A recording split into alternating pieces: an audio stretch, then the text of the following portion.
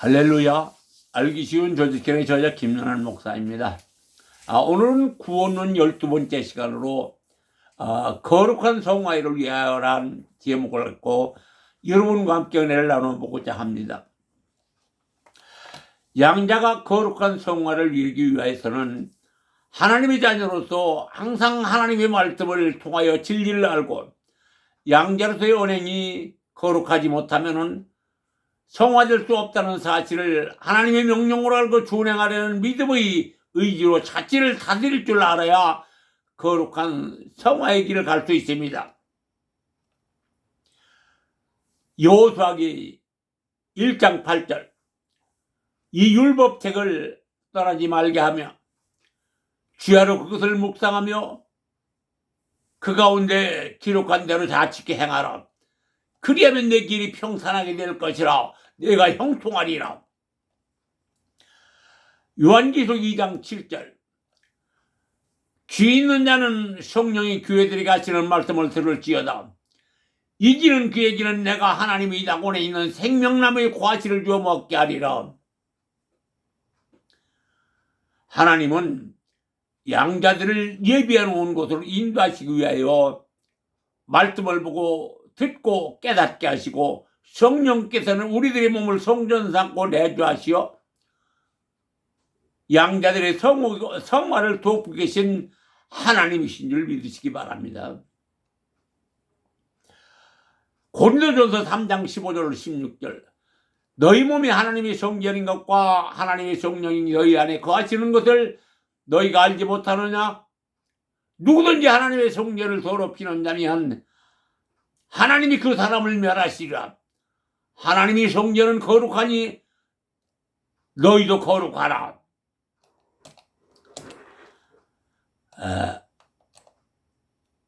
양자가 말씀을 깨달아 진리를 인지하고 준행하며 믿음으로 살아가려고 노력하는 자들과 함께 항상 함께 하시어 성화를 도와주시겠다는 말씀입니다.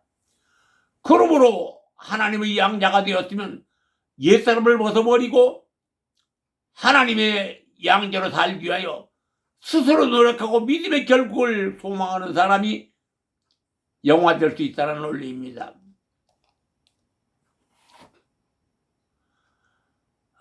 양자의 거룩한 성화 과정을 그려봅니다. 첫 번째, 자유의지를 활용하라. 데살로니가전서 5장 23절 평강의 하나님이 친히 너희로 온전히 거룩하게 하시고 또 너희 온 영과 혼과 몸이 우리 주 예수 그리스도 강림하실 때까지 흠없게 보존되기를 원하노라. 양자가 거룩해지는 것은 노력만으로 이루어지는 것이 아니라 원천적으로 성령의 초자연적인 도우심으로 가능한 것입니다. 그러나 성화는 중생과 같이 잠재의식 속에서 성령의 단독 사역으로 이루어진 것이 아니라 인간의 잠재의식 속에서 인간과 합력하여 성화된다는 논리이기 때문에 성도가 성화되기 위해서는 하나님의 말씀을 믿음의 의지로 윤리적인 삶을 살기 위하여 노력하는 인간의 자유의지와 노력이 반드시 필요합니다. 그러므로 성도의 자유의지는 성화의 성패를 가늠할 수 있습니다. 하나님이 사람에게 자유의지를 주신 목적은 하나님의 백성을 자유의지를 통하여 나는 천국에 가서 하나님의 자녀가 되어야 한다는 생각하고 굳된 의지로 천국 백성이 되게 노력하기 위함입니다. 히브리서 10장 14절 저가 한 제물로 거룩하게 된 자들을 영원히 온전케 하셨느니라. 두 번째, 겸손해야 합니다. 로마서 12장 16절 서로 마음을 같이하여 높은 데 두지 말고 도리어 낮은 데 처하며 스스로 지혜 있는 채 하지 말라. 주님께서는 작은 동네 베들레헴 마구간 구유로 오셔서 양치는 목자들에게 제일 먼저 하나님이 이 땅에 오심을 찬미하셨습니다. 그리고 어린 나귀를 타시고 예루살렘 속으로 마지막 길을 가기 위해 입성하실 때 어린아이들을 통하여 호산나 찬송하리로다 라고 외치하셨습니다. 이는 처음부터 끝까지 겸손의 극치입니다. 그렇습니다. 겸손을 배우기 전에는 다른 것을 배우지 말라는 말도 있고, 목사가 되기 전에 사람이 먼저 되어야 한다는 말이 있는 것은 겸손을 먼저 배우라는 말입니다. 요즘 목회 현장에서 목사님들이 겸손이라는 말은 많이 하는데 겸손을 만나보기 어렵습니다. 세 번째, 정직한 성결입니다. 갈라디아서 6장 7절로 8절. 스스로 속이지 말라. 하나님은 만물이 여김을 받지 아니하시니 사람이 무엇으로 심든지 그대로 거두리라. 자기 육체를 위해 심는 자는 육체로부터 썩어질 것을 거두고 성령을 위해 심는 자는 성령으로부터 영생을 거두리라. 속이고 거짓말하는 것은 본질상 진노의 압이었던 사단이 하나님께 저지른 행위입니다.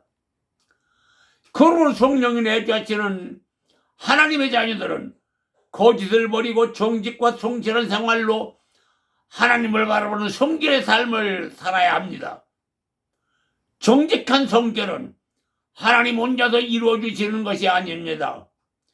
정직한 성결을 이루기 위해서는 인간이 적극적인 자유의지와 정직하게 살려고 하는 노력이 있어야 합니다. 골로새서 3장 9절. 너희가 거짓을 말라, 거짓말을 말라. 옛사람과 그 행위를 벗어버리고 새 사람을 입었으니 이는 자기를 창조하신 자의 형상을 좇아 지시에까지 새롭게 하심을 받은 자니라. 네 번째, 감사와 기쁨으로 예배해야 합니다. 로마서 6장 17절 18절. 하나님께 감사하리로다. 너희가 본래 죄의 종이더니 너희에게 전하여준 바 교훈이 본을 마음으로 순종하여 죄에서 해방되어 의에게 종이 되었느니라. 하나님의 자녀이면 하나님의 뜻을 따라 사는 것은 당연한 논리입니다.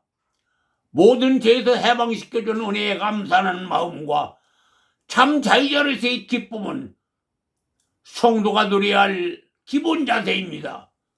참 자유는 하나님을 믿는 믿음 가운데서 하나님을 알므로 참 자유가 무엇인지를 알게 되는 것이고, 자유에 대한 기쁨은 이 세상 무엇과도 바꿀 수 없는 인간 최고의 존엄입니다.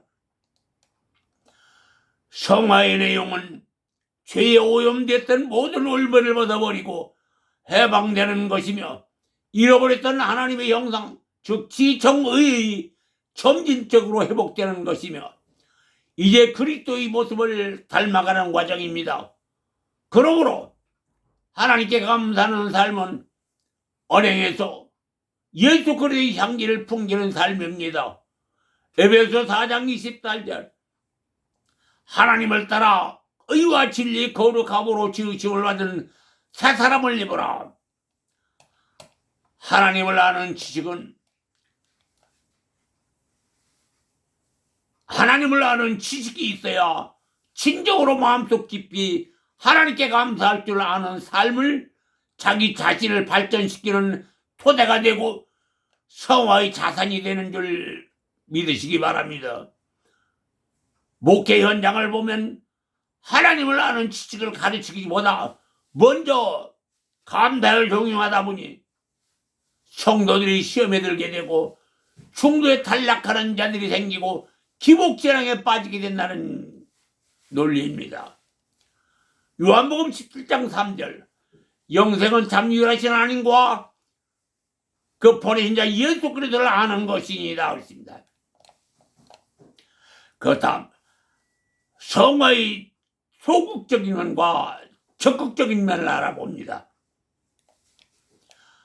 양자의 성화는 소극적인 면에서 보면 인간의 죄악된 성향을 제거하는 것이고, 적극적인 면에서 보면 지난날의 모든 삶을 청산하고 새로운 삶, 즉 거룩한 삶을 통해 그리스도를 닮아가는 과정이라고 말할 수 있으며, 다른 한편으로는 성화는 인간의 영혼과 육신, 즉 지정의를 포함한 전인격에 영향을 미친다고 할 수 있습니다.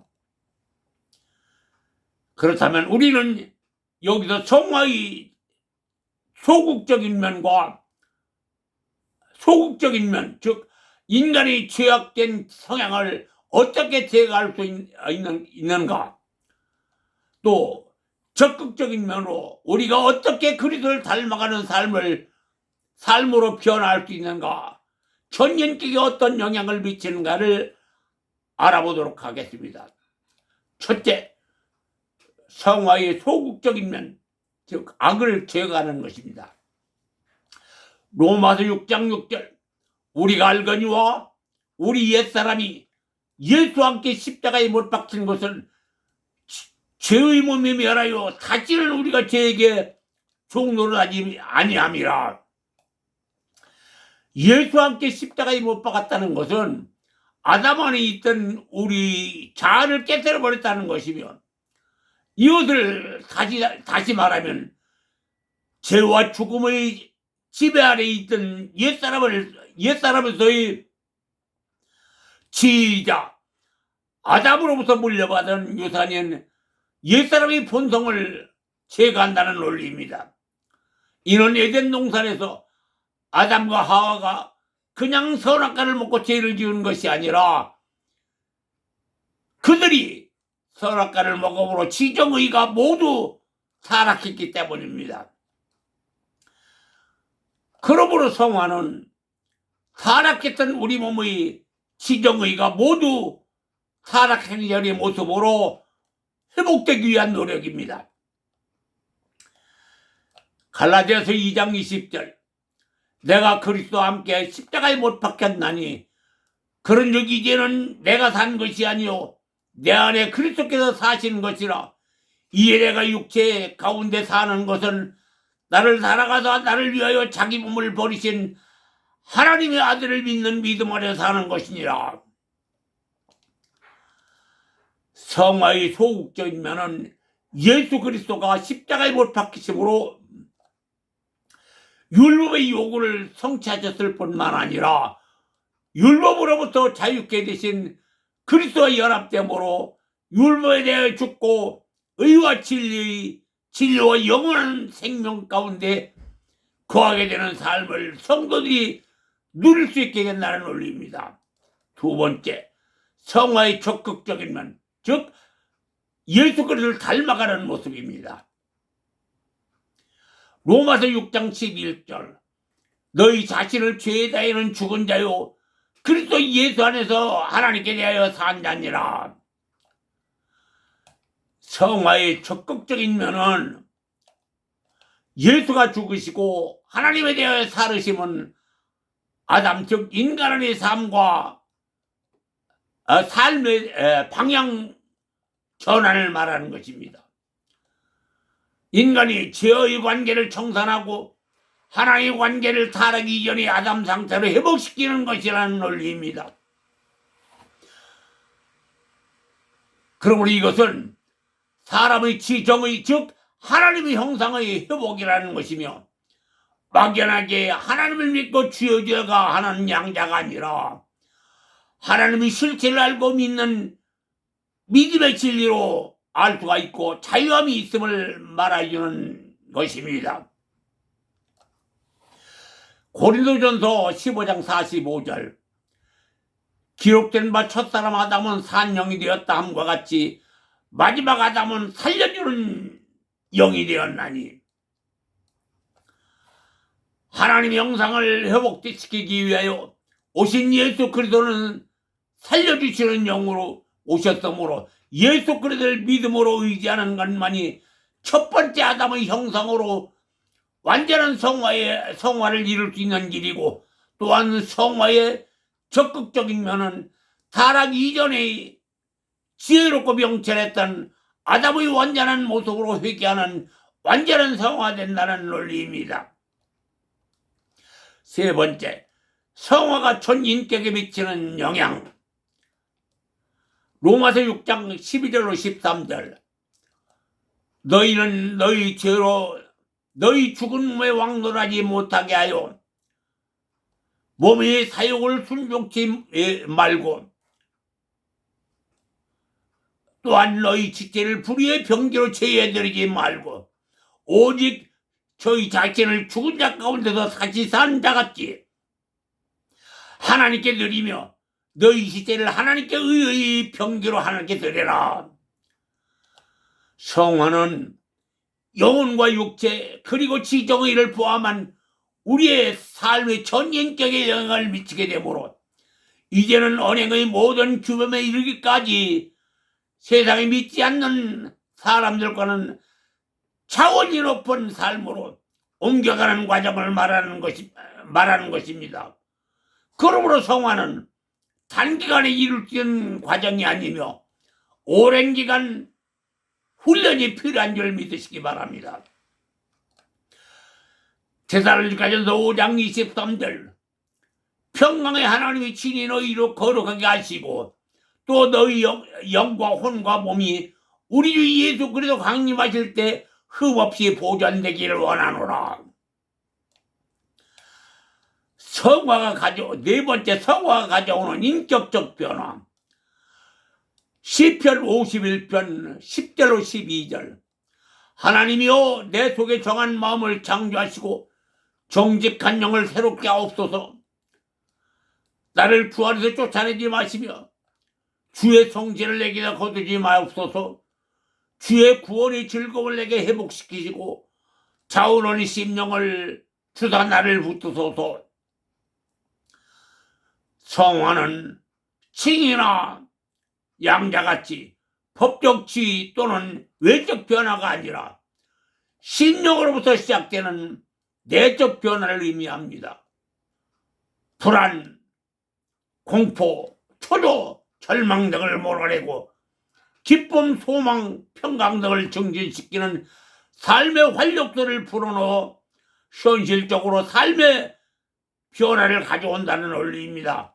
즉 주께 자원하는 마음으로 옛사람을 벗어버리고 말씀을 묵상하고 기도하며 변화되기를 원하는 사람에게 하나님은 평안을 주시기로 약속하셨습니다. 요한복음 14장 27절. 내가 너희에게 평안을 끼치노니 나의 평안을 너희에게 주노라. 내가 주는 평안은 세상이 주는 평안과 같지 아니하므로 너희는 근심도 말고 걱정도 하지 말아라. 다섯 번째, 성화의 완성. 양자의 완전한 성화는 현세에서는 완성되기 어렵고 개인의 종말을 맞을 때 영과육이 완성된 성화에서 영화의 단계에 이르게 되면 완성됩니다. 어떤 목사들은 자기는 완전히 성화되었으며 영화를 이룰 수 있다고 하는가 말하는가 하면, 어떤 이는 자기는 말씀의 아버지라고 하는 사람도 있는데 이는 자기 교만에 얽매인 자들이고, 이를 따르는 사람들은 대부분 대학생이나 대학을 졸업한 젊은 지식이라는 데 문제가 있습니다. 세상 지식으로 하나님을 아는 지식인 교리를 가르치지 못하기 때문에 일어나는 현상들입니다. 목사는 겸손한 마음가짐으로 기도하며 성경을 연구하면 하나님이 진리를 알게 하여 주십니다. 하나님 말씀을 정확하게 알고 가르쳐 성도들이 마음에 참된 기쁨이 오는 줄 믿으시기 바랍니다. 에스라서 7장 10절. 에스라는 율법을 항상 연구하여 준행하고 이스라엘에게 가르치게 전에 힘쓰니라 에스라서 8장 24절로 30절 말씀을 보면 에스라에게 올바른 하나님의 말씀을 가르침을 받은 이스라엘 백성들은 자원하여 예루살렘 성전을 중수하는데 하나님께 감사하는 마음으로 참여하여 성전 중수를 완성하였다고 하고 있습니다. 성화의 완성은 예수 그리스도의 십자가 보혈로 씻어 모든 죄를 사함받고 그 사람이 겸손의 모든 사람들에게 모범이 되어 거짓이 없고 흠이 없이 성화되어 거룩한 성전의 삶으로 이 세상에서 개인의 종말을 아름답게 맞을 때 성화가 완성되는 줄 믿으시기 바랍니다. 그 다음 6번째, 양자들이 성화되어 가는 곳은 어딘가? 요한계시록 21장 1절 2절. 또 내가 새하늘과 새 땅을 보니 처음 하늘과 처음 땅은 없어졌고 바다도 다시 있지 않더라. 또 내가 보매 거룩한 성 새 예루살렘이 하나님께로부터 하늘에서 내려오니 그 준비한 것이 신부가 남편을 위하여 단장한 것 같더라. 이는 양자가 성화되어 가는 거룩한 것은 이 하늘 아래 있는 새 현 세상이 아니고 새로운 하늘, 새로운 땅입니다. 하나님은 인간의 상상을 초월하는 능력을 소유하고 계십니다. 하나님이 말씀하신 새하늘과 새 땅은 분명히 준비되어 있다는 것과 하나님의 약속은 반드시 이루어진다는 믿음의 확신을 갖고 이 시대를 살아가는 모든 성도는 소망의 하나님을 바라보는 믿음으로 신앙생활에 최선을 다하는 모두를 정진하면 그 다음은 하나님이 예비하신 나라로 인도하신다고 약속하신 줄 믿으시기 바랍니다. 요한계시록 14장 1절로 2절. 또 내가 보니 보라 어린 양이 시온산에 섰고 그와 함께 14만 4천이 섰는데 그 이마에 어린 양의 이름과 그 아버지의 이름을 쓴 것이 있도다. 내가 하늘에서 나는 소리를 들으니 많은 물소리 같고 큰 뇌성도 같은데 내게 들리는 소리는 거무고 타는 자들의 그 거무고 타는 것과 같더라. 양자들이 성화되어 가는 곳은 어린 양, 즉 예수 그리스도와 성부 하나님이 함께 있는 곳의 모습을 그린 말씀입니다. 설레는 마음으로 그날을 소망하며 현실의 삶이 어렵고 힘들어도 참고 인내함으로 믿음의 결국을 이루고자 하는 자는 가슴에 천국에 대한 확신을 갖고 믿음으로 나아가면 하나님이 예비하신 길을 가게 되는 줄 믿으시기 바랍니다. 하나님의 말씀은 정확무오합니다. 하나님 말씀에 의지하여 하나님의 영광을 위해 노력하면서 거짓없이 정직하게 살아가는 거룩한 양자들이 말씀에 의지하여 거룩하게 성화된 모습으로 살아가는 길이라는 말입니다. 저는 왜 자꾸 교리를 언급하느냐 하면 제가 걸어온 길을 생각하고 또 깨달은 대로 교리를 아는 것이 진리를 아는 길이기 때문이라는 생각이 듭니다. 저는 교회사를 공부하다가 기독교의 종주국이었던 아프리카는 6세기 중엽 기독교의 멸절에 대한 하나님의 징계에 대한 처절함, 그리고 우리나라가 신비주의와 기복지랑 그리고 허탄한 종말론과 이단들이 천국이 되어버린 100년 남짓된 우리나라의 모습이 자꾸만 오버랩되기 때문입니다. 저는 갈빌의 기독교 강요를 읽고 깨달음으로 외치는 이 교리가 훗날 광야에서 외치던 복음 전도자의 음성이 되기를 바라는 마음으로 교리를 알아야 한다고 주장하는 것입니다.